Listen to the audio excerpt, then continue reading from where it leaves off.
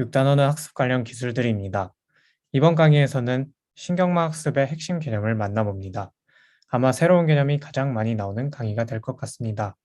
나중에 프레임워크를 기반으로 코드를 짜며 전체 구조의 이해가 깊어질 것이기 때문에 당장 새로운 개념이 이해가 되지 않아서 힘들어하기보다 이런 게 있구나 하고 넘어가면서 제 앞의 강의와 후에 이어질 강의와의 흐름을 잡는 것을 중점적으로 들어주시면 좋겠습니다. 자, 이제 시작해 볼까요? 먼저 배워볼 개념은 최적화라는 개념입니다. 신경망 학습의 목적은 손실함수의 값을 가능한 한 낮추는 매개 변수를 찾는 것이었습니다. 이는 곧 매개 변수의 최저값을 찾는 문제이며 이러한 문제를 푸는 것이 바로 최적화입니다. 안타깝게도 매개 변수 공간은 매우 넓고 복잡해서 최적의 솔루션은 쉽게 찾기 힘듭니다. 게다가 심층 신경망에서는 매개 변수의 수가 엄청나게 많아져서 사태는 더욱 심각해집니다. 최적의 매개 변수를 찾는 단서 중 하나가 바로 확률적 경사감법인데 설명에 앞서 책에 실렸던 모험가 이야기를 해드리겠습니다. 어떤 모험가가 모험을 떠납니다. 이 모험의 목적은 전설 속에 나오는 가장 깊고 낮은 골짜기를 찾아 떠나는 것입니다. 그런데 두 가지 제한 요건이 있습니다. 하나는 눈가리개를 착용하는 것이고 다른 하나는 지도를 보지 않는 것입니다. 그러면 어떻게 해야 가장 낮은 지점을 찾을 수 있을까요? 바로 발을 디디며 기울기가 급하게 기울어진 쪽으로 이동해가며 찾는 것입니다. 이게 바로 SGD의 전략입니다. 수식을 보시면 가중치의 학습률과 손실함수의 가중치에 대한 미분값을 곱한 값을 빼 가중치를 갱신하는 모습을 볼 수 있는데 여기서 미분값이 땅의 경사이고 학습률이 발의 보폭으로 생각할 수 있습니다. SGD는 단순하고 구현도 쉽지만 문제에 따라서는 비효율적일 수 있습니다. 다음 함수에서 기울기를 보면 y축 방향은 가파른데 x축 방향은 완만하여 기울기가 대부분 최소값이 되는 0,0을 가리키지 않게 됩니다.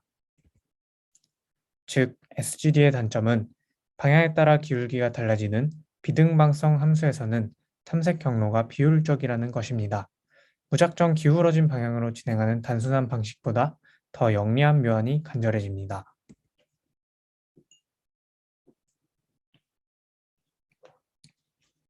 앞서 SGD의 단점을 알아보았습니다. 그렇다면 이를 보완할 만한 다양한 최적화 방법들을 살펴봐야겠죠? 첫째로 모멘텀입니다.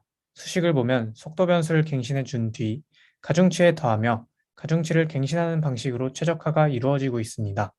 이때 속도의 방향이 갱신될 때마다 변하지 않는다면 점점 가속이 되는 구조로 더 빠르게 목표 지점에 도달할 수 있는 것을 볼 수 있습니다.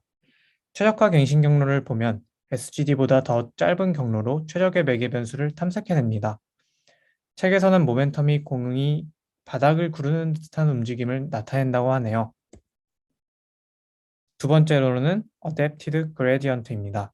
Adapted Gradient는 개별 매개 변수에 적응적으로 학습률을 조정하면서 학습을 진행합니다. 여기서 학습률을 적응적으로 조정한다는 말은 수식에서 보듯이 학습이 진행될수록 학습률이 줄어든다는 뜻입니다. 경사가 급하면 그 다음은 학습률이 많이 줄어드는 시기지요. 경사가 급할 때 최저점에 큰 학습률로 많이 가까워졌다가 또 큰 학습률로 학습을 하면 최저점과 멀어질 수 있어서 마련해둔 장치로 보입니다. 마지막으로 소개해드릴 최적화 기법은 아담입니다. 아담은 모멘텀의 성질과 어댑티드 그레디언트의 성질을 함께 가질 수 있도록 고안된 기법입니다.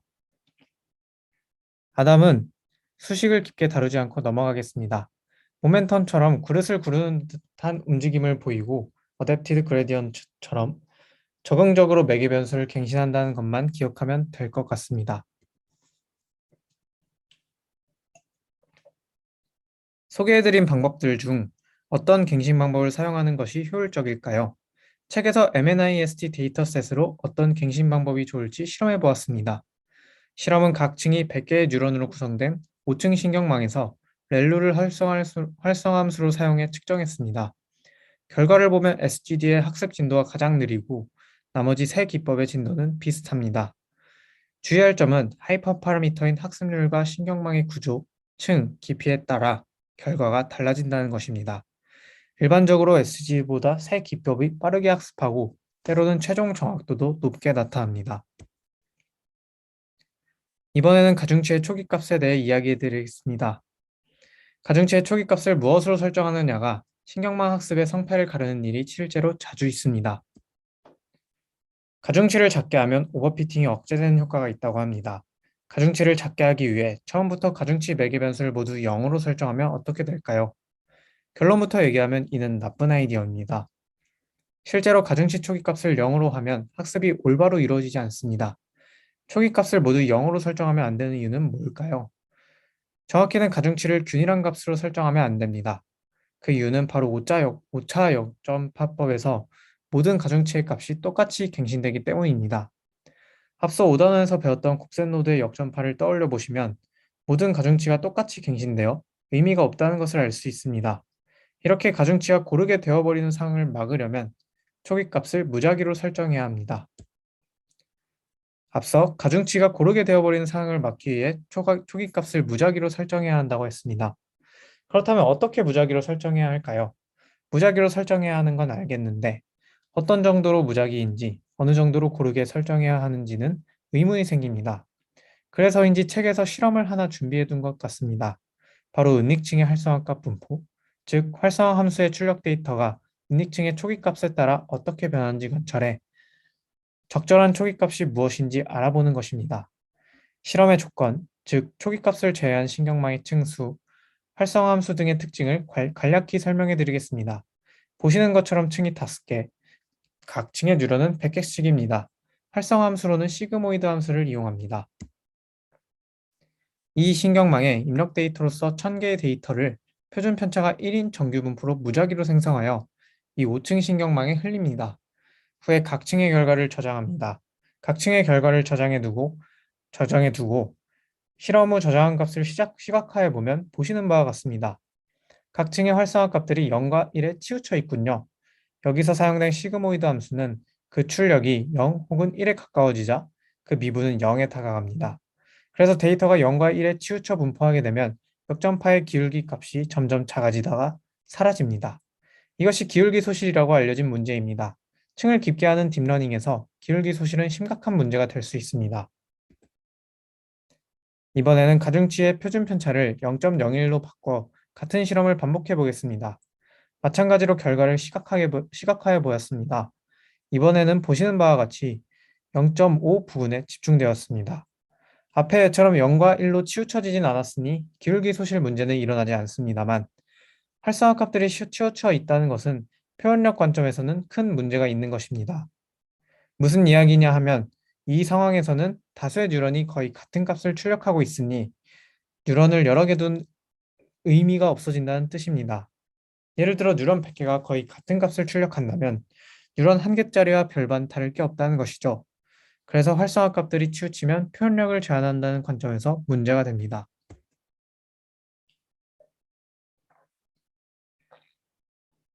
앞선 실험에서 배워야 할 점은 각 층의 활성화 값들은 적당히 고루 분포되어야 한다는 것입니다. 층과 층 사이에 적당하게 다양한 데이터가 흐르게 해야 신경망 학습이 효율적으로 이루어지기 때문입니다. 이로써 사비에르 글로루트와 요슈아 벤지오의 논문에서 권장하는 가중치 초기값인 사비에르 초기값에 대해 이야기 드리겠습니다. 현재 사비에르 초기값은 일반적인 딥러닝 프레임워크들이 표준적으로 사용하고 있습니다. 이 논문은 각 층의 활성화 값들을 광범위하게 분포시킬 목적으로 가중치의 적절한 분포를 찾고자 하였습니다. 그리고 앞 계층의 노드가 n개라면 표준 편차가 루트 n분의 1인 분포를 사용한다면 된다는 결론을 이끌었죠. 그렇게 사비에르 초기값으로 실험 후 각 층에서의 분포를 시각화하면 보시는 바와 같습니다. 층이 깊어지면서 형태는 다소 일그러지지만 확실히 본 방식보다 가중치가 넓게 분포됨을 알 수 있습니다. 왜 그렇게 되는지는 저도 잘 모릅니다. 논문을 봐야 알 수 있겠죠? 여러분들이 기억하셔야 될 것은 각 층에서의 적절히 잘 분포된 가중치를 얻기 위해 연구되고 효과를 본 가중치 초기값이 바로 사비에르 초기값이라는 것입니다. 렐로 함수를 사용할 때는 렐로의 특화된 초기값을 이용하라고 권장합니다. 이 특화된 이 특화된 초기값을 찾아낸 카이밍 히의 이름을 따 히 초기값이라 합니다. 이 초기값은 앞계층의 노드가 n개일 때 표준 편차가 루트 n분의 2인 정규 분포를 사용합니다. 사비에르 초기값이 루트 n분의 1이었잖아요. 렐루는 음의 영역이 0이라서 더 넓게 분포시키기 위해 2배의 개수가 필요하다고 직감적으로 해석할 수 있습니다. 배치 정교화로 넘어와 봅시다. 앞에서는 가중치의 초기값을 적절히 설정하면 각 층의 활성화 분포가 적당히 깊어지면서 학습이 원활하게 수행됨을 배웠습니다. 배치 정교화는 각 층이 활성화 분포를 적당히 퍼뜨리도록 강제해보면 어떨까? 라는 아이디어에서 출발한 방법입니다. 배치 정교화 알고리즘에 대해 알아볼까요? 일단 배치 정교화가 주목받는 이유는 세 가지 정도가 됩니다. 첫째로 학습을 빨리 진행할 수 있다는 점, 둘째로 초기값에 크게 의존하지 않아도 된다는 점, 마지막으로 오버피팅을 억제한다는 점입니다. 배치 정교화의 기본 아이디어는 앞서 말했듯이 각 층에서의 활성화 값이 적당히 분포되도록 조정하는 것입니다. 그래서 그림처럼 데이터 분포를 정교화하는 배치 정교화 계층을 신경망에 삽입합니다. 배치 정교화는 그 이름과 같이 미니 배치를 단위로 정교화합니다.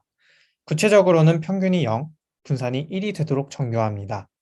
수식은 복잡해 보이지만 의미 중심으로 이해해보면 단순히 미니 배치 단위의 입력 데이터를 평균 0, 분산 1인 데이터로 변환하는 일을 했을 뿐입니다. 이 처리를 활성함수의 앞 혹은 뒤에 삽입함으로써 데이터 분포가 덜 치우치게 할 수 있습니다. 기계학습에서는 오버피팅이 문제가 되는 일이 자주 있습니다. 오버피팅이란 신경망이 훈련 데이터에만 지나치게 적응되어 그 외의 데이터에는 제대로 대응하지 못하는 상태를 말합니다. 기계학습은 범용 성능, 즉 낯선 데이터에도 잘 대응되어 판별해내는 성능을 지향합니다. 바른 학습을 위해서는 오버피팅을 억제하는 기술이 중요해지는 것입니다. 오버피팅은 주로 두 경우에 잘 일어납니다. 하나는 매개 변수가 많고 표현력이 높은 모델일 경우이고 다른 하나는 훈련 데이터가 적을 경우입니다. 매개 변수가 많고 표현력이 높다는 것은 직관적으로 생각해 보면 너무 구체적이고 복잡하게 설계되었다는 의미입니다. 너무 훈련 데이터 맞춤형으로 모델이 설계되어 오버피팅이 일어난다고 볼 수 있는 것이죠. 훈련 데이터가 적은 경우는 말 그대로 적은 경우들에 대해서만 학습을 해서 편협하다고 이해하면 될 것 같습니다. 오버피팅 억제용으로 예로부터 많이 이용해온 방법 중 가중치 감소라는 것이 있습니다. 이는 학습 과정에서 큰 가중치에 대해서는 그에 상응하는 큰 페널티를 부과하여 오버피팅을 억제하는 방법입니다. 원래 오버피팅은 가중치 매개 변수의 값이 커서 발생하는 경우가 많아서 그렇다고 하네요. 왜인지는 저도 잘 모르겠습니다. 그냥 오버피팅을 억제하는 방법 중 가중치 감소가 있다는 것을 짚어드린 것일 뿐, 나중에 모델을 구현할 때 필요하다면 리서칭을 통해 공부하는 것이 나을 것 같습니다. 신경망 모델이 복잡해지면 가중치 감소만으로는 대응하기 어려워집니다. 이럴 때 흔히 드롭아웃이라는 기법을 사용합니다. 드롭아웃은 뉴런을 임의로 삭제하면서 학습하는 방법입니다. 훈련 때 은닉층의 뉴런을 무작위로 골라 삭제합니다. 삭제한 뉴런은 그림처럼 신호를 전달하지 않게 됩니다. 훈련 때는 이렇게 뉴런을 임의로 삭제하며 훈련하고 시험 때는 그렇게 훈련된 신경망을 모든 뉴런에 신호를 전달하게 됩니다. 신호를 전달하게 됩니다. 단, 시험 때는 각 뉴런의 출력에 삭제 안 한 비율을 곱하여 출력합니다. 드롭아웃의 효과를 MNIST 데이터를 이용해 확인해보고 시각화한 것입니다. 왼쪽이 드롭아웃 없이, 오른쪽이 드롭아웃을 적용하여 훈련한 결과입니다. 드롭아웃을 사용했을 때가 더 훈련 데이터에 대한 정확도와 시험 데이터에 대한 정확도 사이의 간극이 작은 것을 알 수 있습니다. 또 훈련 데이터에 대한 정확도가 100%에 도달하지 않게 되었습니다. 이처럼 드롭아웃을 이용하면 표현력을 높이면서도 오버피팅을 억제할 수 있습니다. 신경망에서는 하이퍼 파라미터가 다수 등장합니다. 하이퍼 파라미터란 각 층의 뉴런 수, 배치 크기, 매개 변수 갱신 시의 학습률과 가중치 감소 등을 말합니다. 이런 하이퍼 파라미터의 값을 적절히 설정하지 않으면 모델의 성능이 크게 떨어지기도 하죠.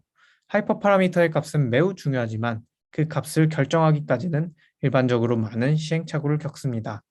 이번 강의의 마지막으로 우리는 하이퍼 파라미터의 값을 최대한 효율적으로 탐색하는 방법을 공부합니다. 하이퍼 파라미터의 적절한 값을 찾기 위해 하이퍼 파라미터를 다양한 값으로 설정할 텐데 여기서 주의할 점이 있습니다. 하이퍼 파라미터의 성능을 평가할 때는 시험 데이터를 사용해서는 안 된다는 것입니다. 같은 평가인데 하이퍼 파라미터가 대상일 때는 시험 데이터를 사용해서는 안 되는 이유가 뭘까요? 그것은 시험 데이터를 사용하면 하이퍼 파라미터의 값이 시험 데이터의 오버피팅이 되기 때문입니다. 그래서 하이퍼 파라미터의 값을 조정할 때는 하이퍼 파라미터 전용 확인 데이터가 필요합니다. 이 하이퍼 파라미터 조정용 데이터를 일반적으로 검증 데이터라고 부릅니다.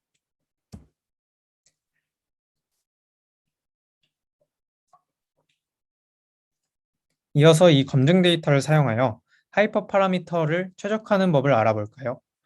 핵심은 최저값이 존재하는 범위를 조금씩 줄여간다는 것입니다. 범위를 줄이려면 대략적인 범위를 설정하고 그 범위에서 무작위로 하이퍼 파라미터를 골라낸 후 그 값으로 정확도를 평가합니다.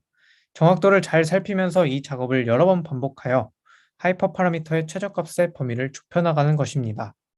하이퍼 파라미터의 범위는 대략적으로 지정해 준다고 했습니다. 이때 10의 거듭 제곱 단위, 즉 로그 스케일로 범위를 지정해 줍니다. 그렇게 범위를 좁히고 정확도를 계산해 보고 하는 과정을 반복하며 최저값을 찾아내는 것입니다. 자, 이번 단원은 이렇게 끝이 났습니다.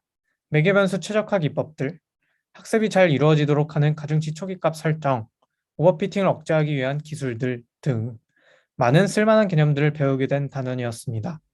뒤에 이어질 강의들도 잘 들어서 이미지 인식 인공지능 모델을 이해하고 구현할 수 있게 되기를 응원하겠습니다. 덧붙여 말씀을 드리자면 제가 설명해드린 모든 개념을 막힌다고 해서 그냥 넘어가지 않고 계속 파듯이 공부를 하기보다 그냥 이런 게 있구나 하고 이해하고 넘어가고 나중에 프레임워크 기반으로 코드를 작성할 때 하나하나 리서칭을 해보면서 공부하기를 권장드립니다. 네, 그렇게 프레임워크 기반의 코드를 작성해보는 강의는 마지막에 준비가 되어 있고요. 그 마지막 강의를 듣는 과정을 네, 응원하겠습니다. 감사합니다.